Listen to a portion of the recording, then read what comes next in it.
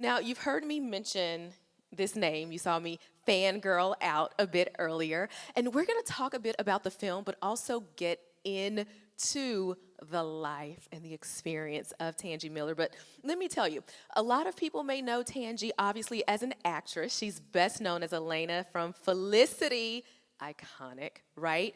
Donna from Tyler Perry's Medea Family Reunion, and Emily Woodrow on Leprechaun Back to the Hood. She's been in over 200 movies. Won't he do it? Let me repeat that, okay? She has been in more than 200 movies. She's made guest appearances over 100 TV shows, including Half and Half, The Shield. She's now a filmmaker, producer, line producer, director, and creator of over 24 projects. Come on. This star is the CEO of Hollywood East and Olivia Entertainment, and she has produced and sold for distribution on Lionsgate, Image Entertainment, BET, TV One, Bounce, Netflix. Ladies and gentlemen, can we please hear it for the iconic Tangi Miller? Oh my goodness. Yes, absolutely. Tangi, hello. Thank you for being here. Let's see here. Do we have, there we go. This is yours, my lady. Okay. Thank you guys for staying and watching. But let me just correct one thing. I would love to have been in 200 movies. It's 20 movies. It did say 20. Over the last 21 years in the business. So Amazing. thank you. God is good. All the time. 20 movies. I do apologize. My contacts are foggy. 100 television shows still stand. Of television for sure, and 24 projects. Amazing. And God, I've been producing for 11 years and in the business for 20, so. I cannot wait to get into that. Tangi, I would love to start with your latest film project. Last night, a DJ saved my life. How much do you love Cisco? Oh my gosh. Our leading actor. I have to say, I've known Cisco for 20 years. We've been out here doing it on the grind, and a lot of people think, you know, it's not easy getting these roles. The work of it really is the auditioning. And when you get the job, you get a little bit of an ease or vacation, and that kind of propels you to the next job because the work begets work. And when I came to the film, what it really needed was a line producer. I know we have any filmmakers out here, we know what the line producing is. And that's where, when you put the money in the right places so that you can actually get the film done. Because a lot of times we get out there and we start filming and we don't really know how to get it done. And you really need a decent line producer or UPM or somebody who's done a few films or whatever, independent films, I don't care what, but something so that you can get it done. And I love Cisco. He's a little bit shorter, so when I've worked with him in the past, he's been, you know, supporting.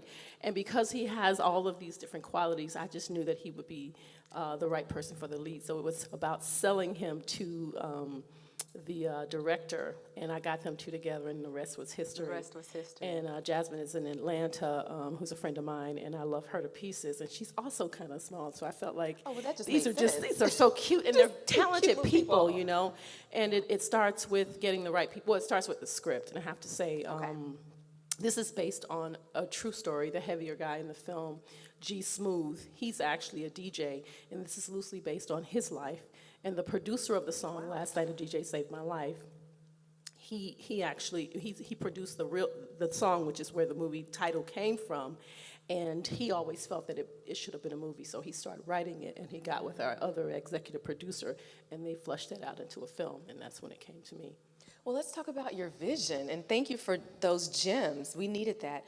Your vision, how did you know that this was a project that you wanted to get behind? You said it started with the script. It starts with that. But with your vast experience, what made you look at this project and say, not only will I get behind it as a line producer, I'll also produce it, and I'm going to lend my likeness in front of the camera? That's some skin in the game, Tangi. Well, it starts with a story. A lot of people say, I don't like this, and I don't like how black people are represented. I don't like how women are represented. If you don't like it, turn off the television, turn off the internet or whatever, and make them. And so I wanted to be a part. I'm in love with relationships. I think it's amazing, wonderful, crazy thing that I still haven't figured out. So I love a good love story, and this is a great love story where we get to see black love, and we get to show different parts of who we are, because we are vast people. We are all types of people. And I really love the story, the love story, and then you had suspense and drama, and then you have beautiful messages layered in. And I wanted to see this thing get done. I moved from Los Angeles about a year and a half ago, and I met these great folks, and I was like, we're going to get this done. We are going to get this. And I like to pick, it was the opening night film. I love the story with how he brought those girls together. I thought it was really beautiful. And you can see the different spirits that, kind of made it work. And we had some good pieces, and once we start getting together, once that train starts to roll, it's going down the track. You either get on with us and roll with us, or we'll see you when we get where we're going. That's So it was kind of like that. It was just a beautiful story, and I'm a sucker for a beautiful story and good people. And James isn't here, but he is really a wonderful person who works for IBM, but he's an amazing writer. And I just wanted to be a part of helping it get done. Amazing. So, yes, the train is down the track, but I want to jump into the part you mentioned. There are several themes in the film, and the ones that jumped out to me, one, forgiveness. I was like, girl, if you came to my job after getting me shot, forgiveness, but also love. Like you were saying, you portrayed a very strong relationship, even going into marriage. But then, Tangi, I even noticed at the end of the film, the HBCU T-shirts. Did you all notice that? There were so many things. Many things. We really, I think it's important for us to see us love each other in a positive way. And I really, really fought for not just Jasmine's character, but Christine's character, the girlfriend, because I hope that you saw more than just the attitude. But she had some issues that she needed to work out. But she also loved him. She just didn't love him the way he needed to be loved.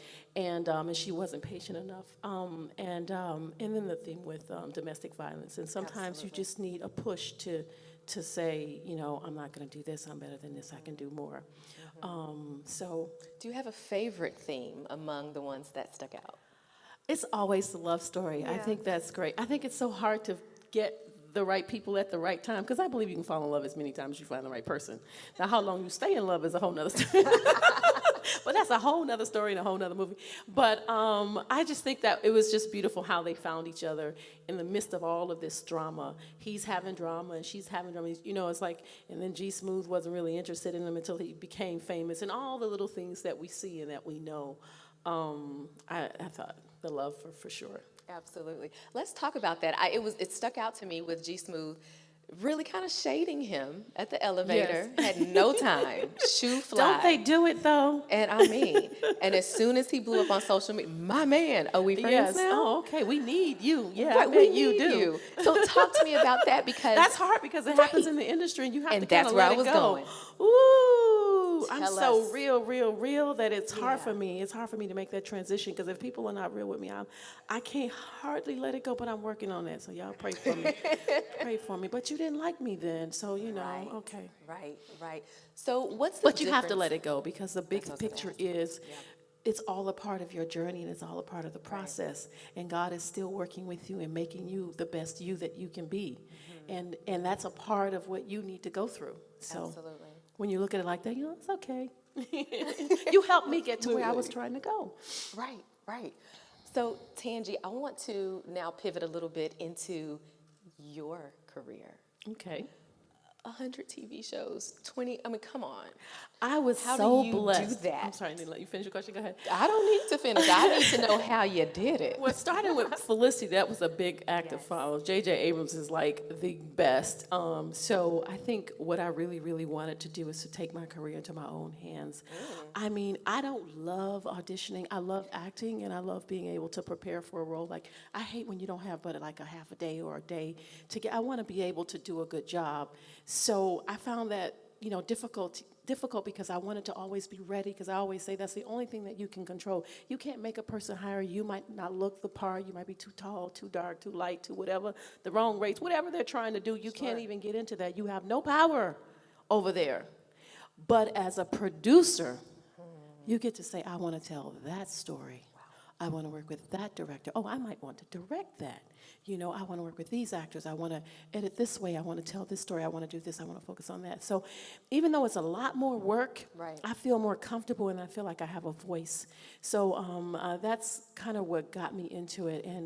And I've done, over a dozen films, and we did a show a couple years ago called Diva Diaries, which it's really about 5 women and all their drama, and they looking fabulous while they do it. And we showed that to UMC. And when I went on the circuit to get that out, people wanted to know about the hair, the makeup, the wardrobe, and this, and the shoes, and all of that. And I found myself having diva talk. So I just started saying, okay, when I do a radio interview or whatever interview, we're about to talk diva. We're about to have diva talk because that's what they got into. Right. And then I realized there's so many beautiful people in the industry that we don't get to focus on: hair, makeup, wardrobe. These people are incredible. They can get into the union.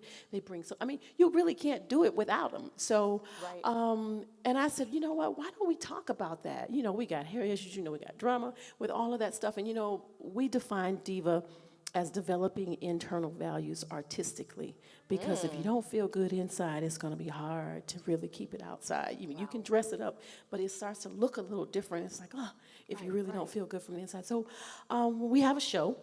We shot 6 episodes, which is airing now on myfusionradio.com. And I got my crew over there, my diva ladies over there. Hello. And we're going live September 5th. Every Thursday at 8 o'clock on myfusionradio.com, so you can And this follow is called us. Diva Talk. Diva Talk. It's a Diva whole new Talk. show, an hour show live on there, so that's one. And then I shot a movie last year called Twin Flames, and it's another beautiful love story. I don't want to give it all away, Okay. but it's a love triangle. And we should be done. We're in post right now, so I'm thinking the end of the year, top of next year, you'll be seeing it. So what was your role with Twin Flames? Because, and here's why I ask that. You told us about Diva Diaries, which birthed Diva Talk, right, Yes. through your experience. But you made your directorial debut With Diva Diaries. with Diva Diaries. So now, are y'all keeping up with this resume? Producer, line producer. Work begets actress, work. You keep and now going. here you go, director. Yeah. What's next, and what was your role in Twin Flames? Okay, How many hats did you wear? I was just an actress, which I love. And don't get me wrong, acting is still my first love, but I do like producing. I think directing might come in because I do like having the control of directing it where it needs to go. And it's hard to do that if you're just a producer, because you go, okay, I got it right together. But no, don't you think that character should be doing this or whatever? I know, I'm working on it. Y'all pray for me. That's all I can say. I'm working on it. I'm balancing it out. But no, I do love directing. I just want to say that because you kind of get to play all the parts, but it doesn't really come together until all the actors come in and embellish those lines, because they make it so much bigger than whatever the writer wrote and whatever the director thought he or she were going to do.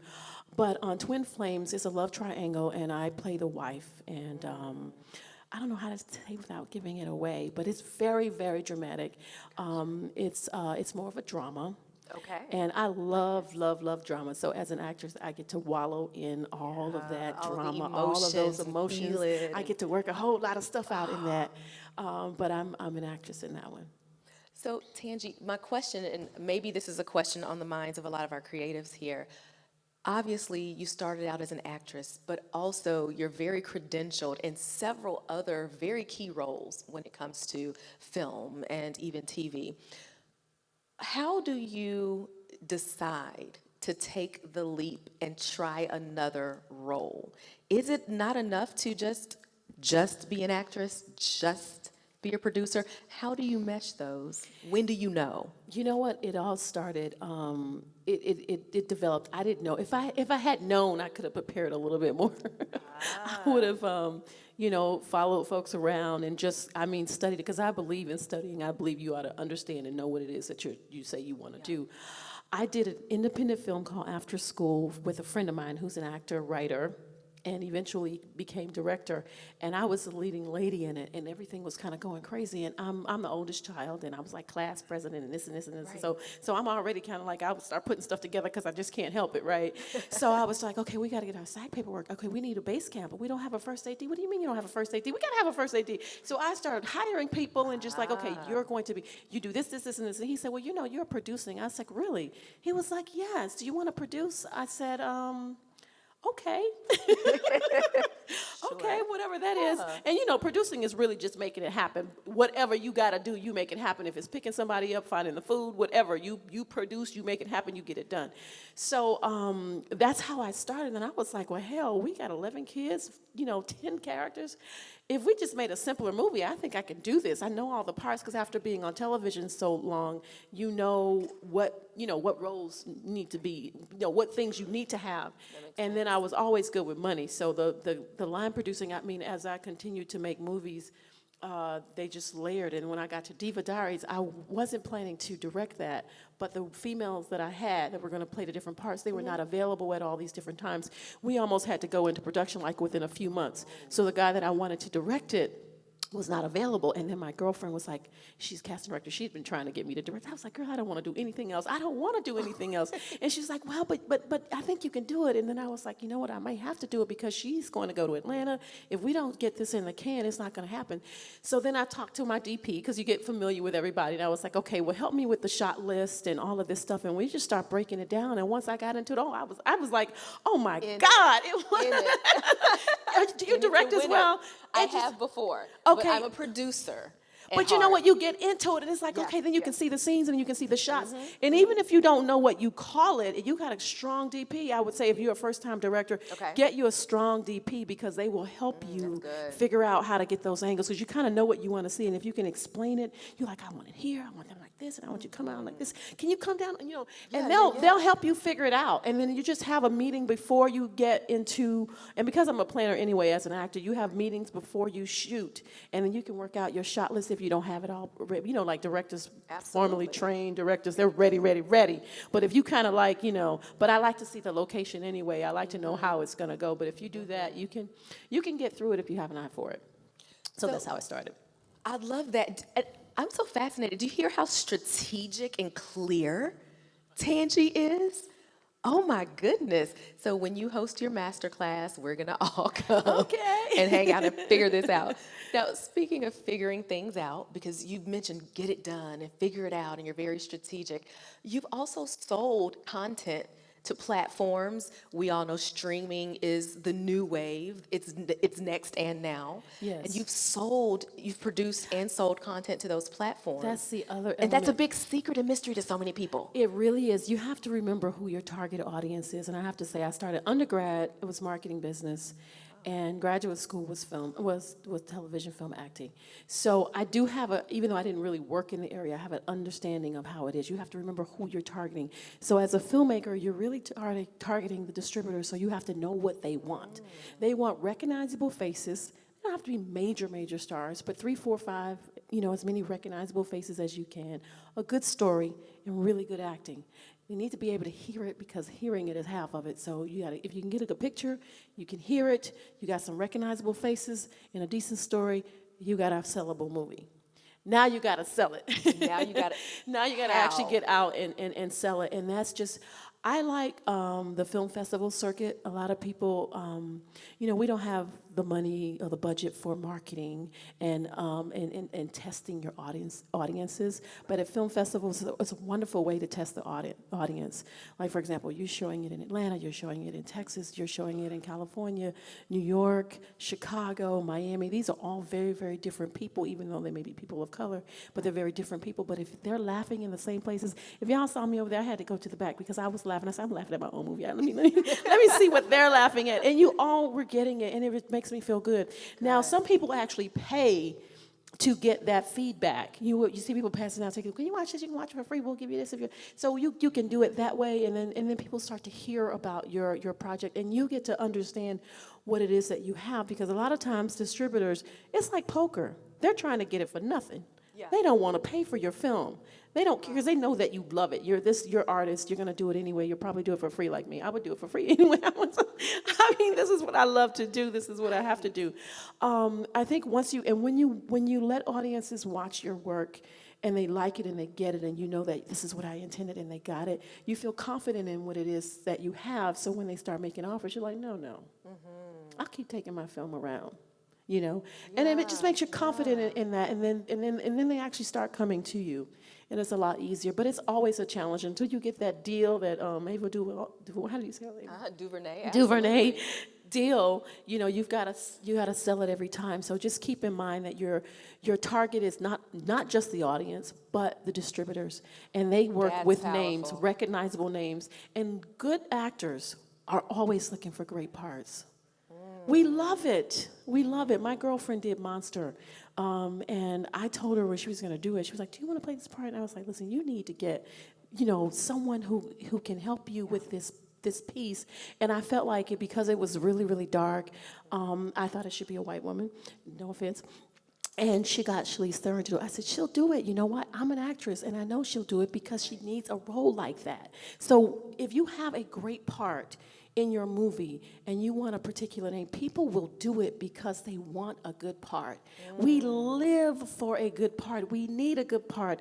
There was something that, was it Sherry or someone said that a lot of actors are broken. We have all this history, all this emotion that we're just waiting to get out in a script. And if you bring a good part, we'll help you find the money.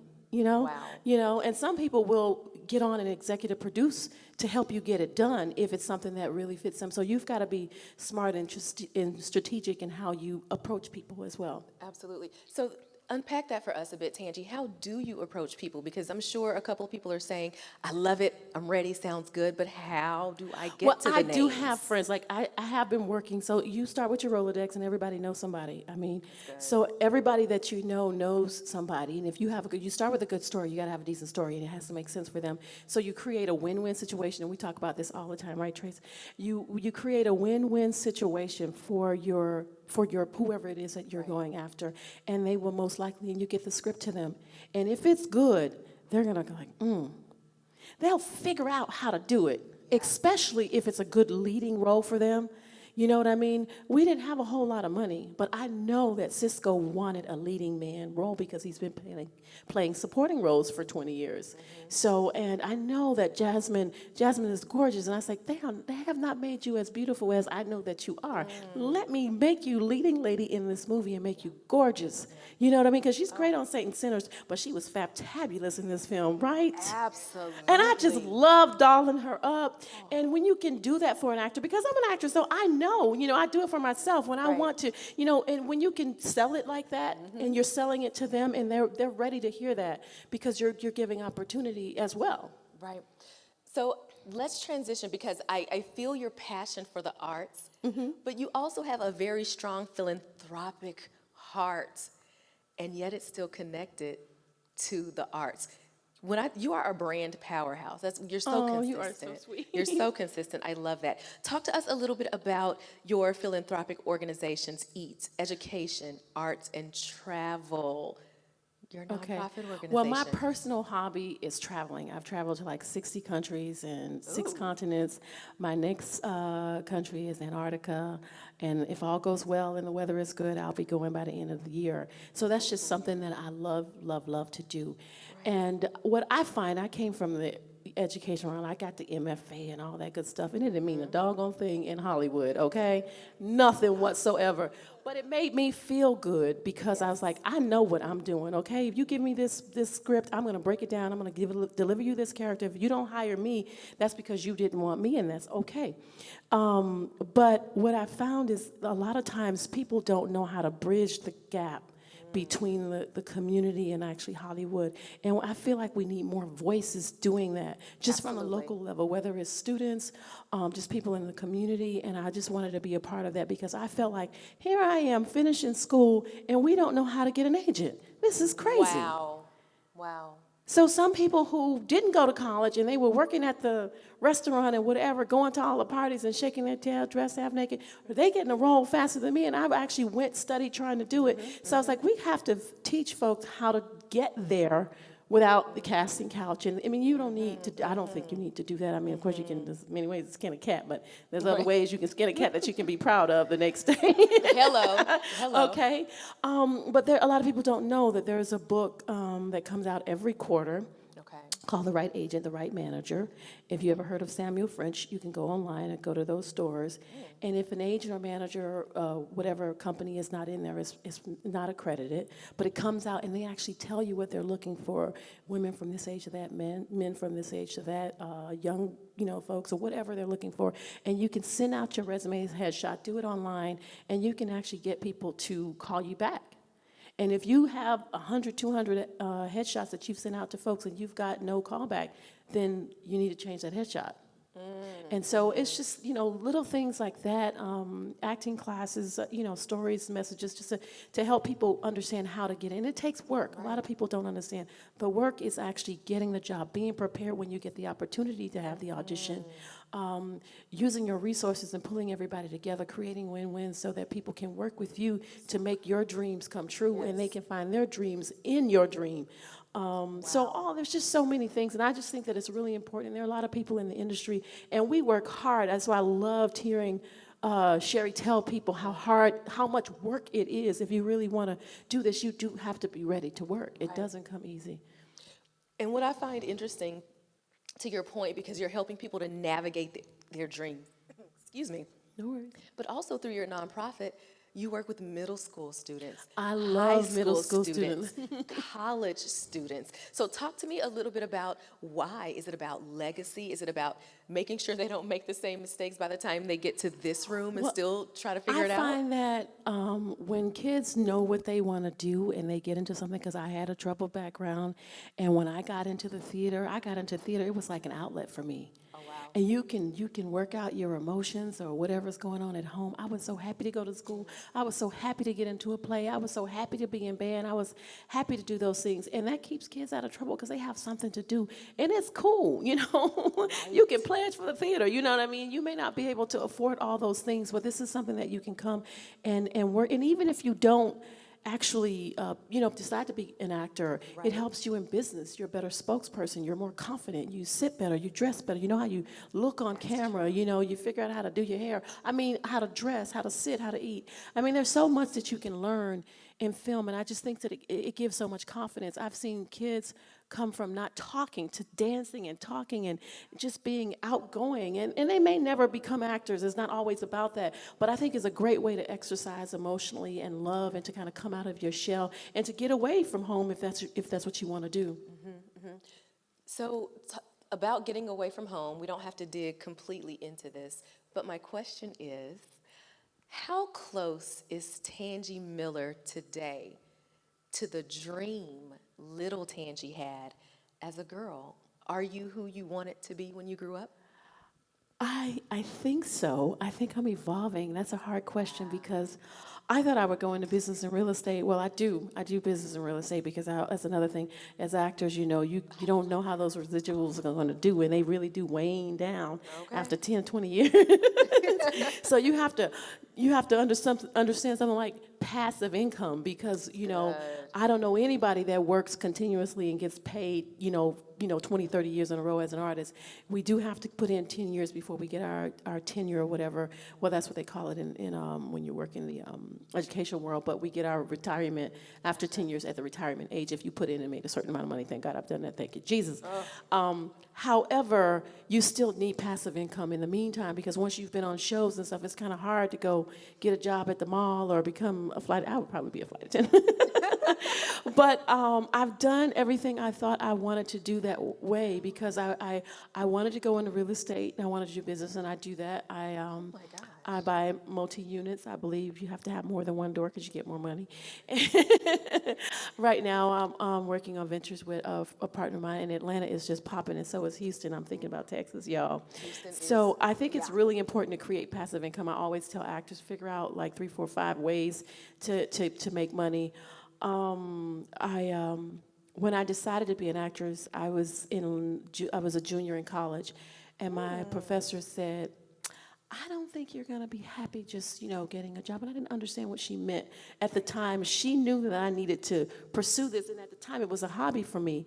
And so in order for me to finish on time with my classmates, I had to not be in the theater department. I said, okay, I'm not going to do a play this year. I'm not doing anything. I'm going to focus on my work because I got to graduate with my class. I got to get out. And I didn't do a play, and I was miserable. And I realized this is what I really want to do. So once I decided to do it, I was already at what I thought was grown. I thought I was old. You know, when you're like 18, you think you've just grown. Yeah, just so grown. Oh, God forbid, 25, you finish in graduate school, I'm just over the hill. So at the time, it became, God has been good. I mean, I feel like I'm living my life and it's unfolding in front of me. Like I didn't know I would ever get into directing or producing, and I love that too. So I don't know. I'm just going to keep on working and say, Lord, just keep guiding me, and I'm going to keep on going, and hopefully I can, I love that you're open to the flow. You built up your skill set, but you're still open to the flow. And I would love for you guys to have an opportunity to ask a question to the Tangi Miller. So we only have time to take maybe one or two. Do we have any questions from the audience? Oh, he jumped up. Were you saying hello, or are you ready? Oh, yes, please. What's your question, sir?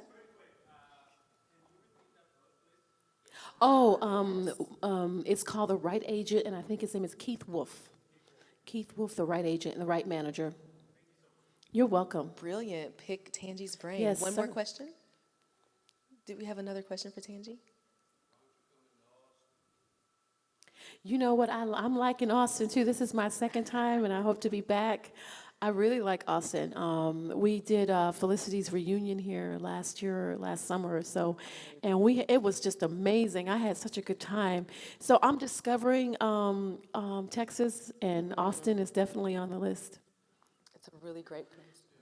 Oh, The real estate. Oh, the real in estate. Austin. Okay, now you talking now. I don't have to be here to do that. I can start right away. You know, I see everything is happening. I was noticing the building, and I've been saying, I say, it's coming. No, because when I was at the Pan-African Film Festival, and I met some ladies who were saying, we're thinking of moving to Austin. It's so, it's so nice. So, yeah. I've been a little bit tired because I just came from Chicago. We're doing the film festival circuit with the film, but I definitely want to get around and see a little bit more. Amazing. Thank you for that. We have another question right here. Hi, Stephanie. Associate producer of a movie that filmed here this week, and I'm also a salon owner. Awesome.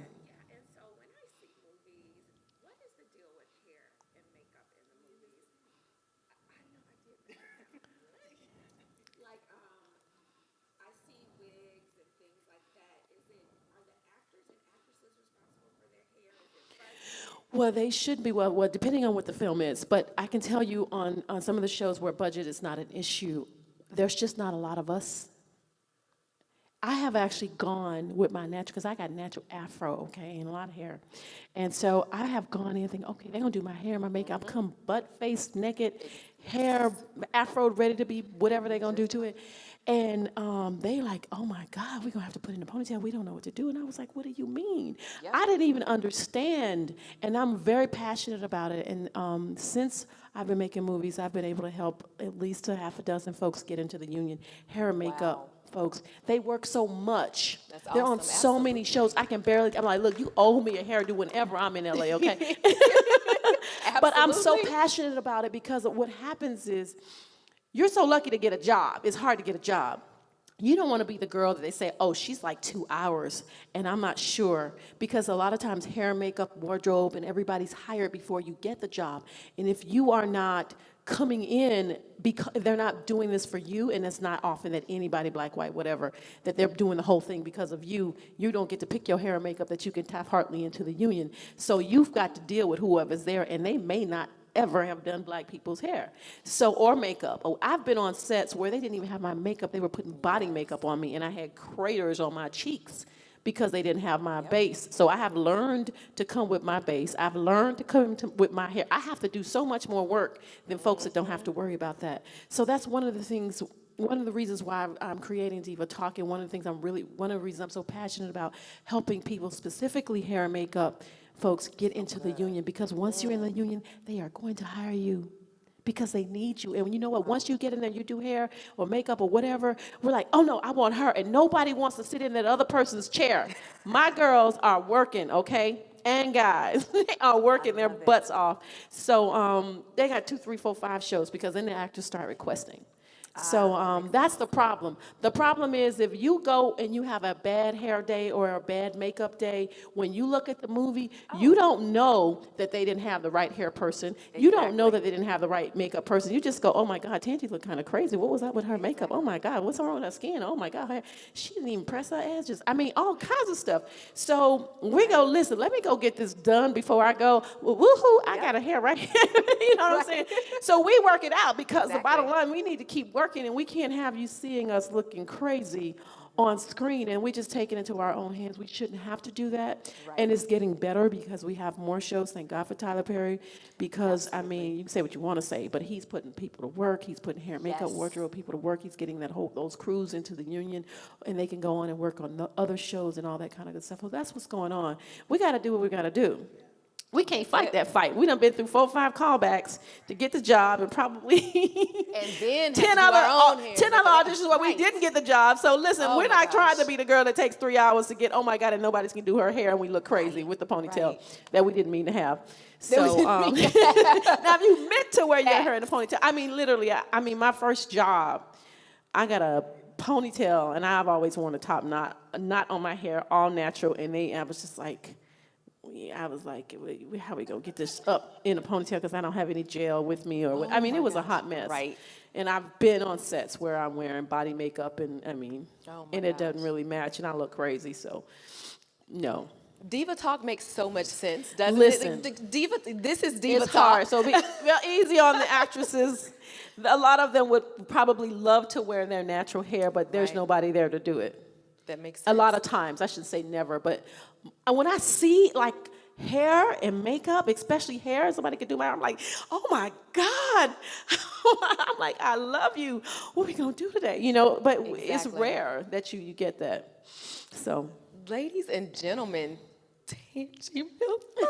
she is so cute. Oh She's my fabulous. I've gosh. been watching her all day. You are a diva, honey. We're gonna have you on the show. Oh, I would love to be on Diva Talk. Okay, hi, yes, publicly, I want to do. Oh my goodness, guys, please make sure you're supporting Diva Talk. September 5th, Fusion TV Radio. Yes, right? myfusionradio.com. myfusionradio.com. Follow us, Diva Talk, INTL, International, and Tangi_Miller. Please follow and support. And, you know, and if you can, if you like the film, please, you know, go online, say you liked it, you saw it, you loved it. That helps us. Distributors get to see that, and we go, yes, we have a great film. Now, how much you going to pay for it? That's it. Thank you so much for your gems, for you, for your legacy, for helping us navigate this industry and just being so fly doing it. Thank you, honey. I do try. And you don't try, you do. Thank you. Thank you, Tangi Thank you Miller. guys for watching. Oh my gosh. And thank you so much for having us. And I know it was really a lot of work, and you did it. You made it happen. Worth it. So worth it. Thank you so much.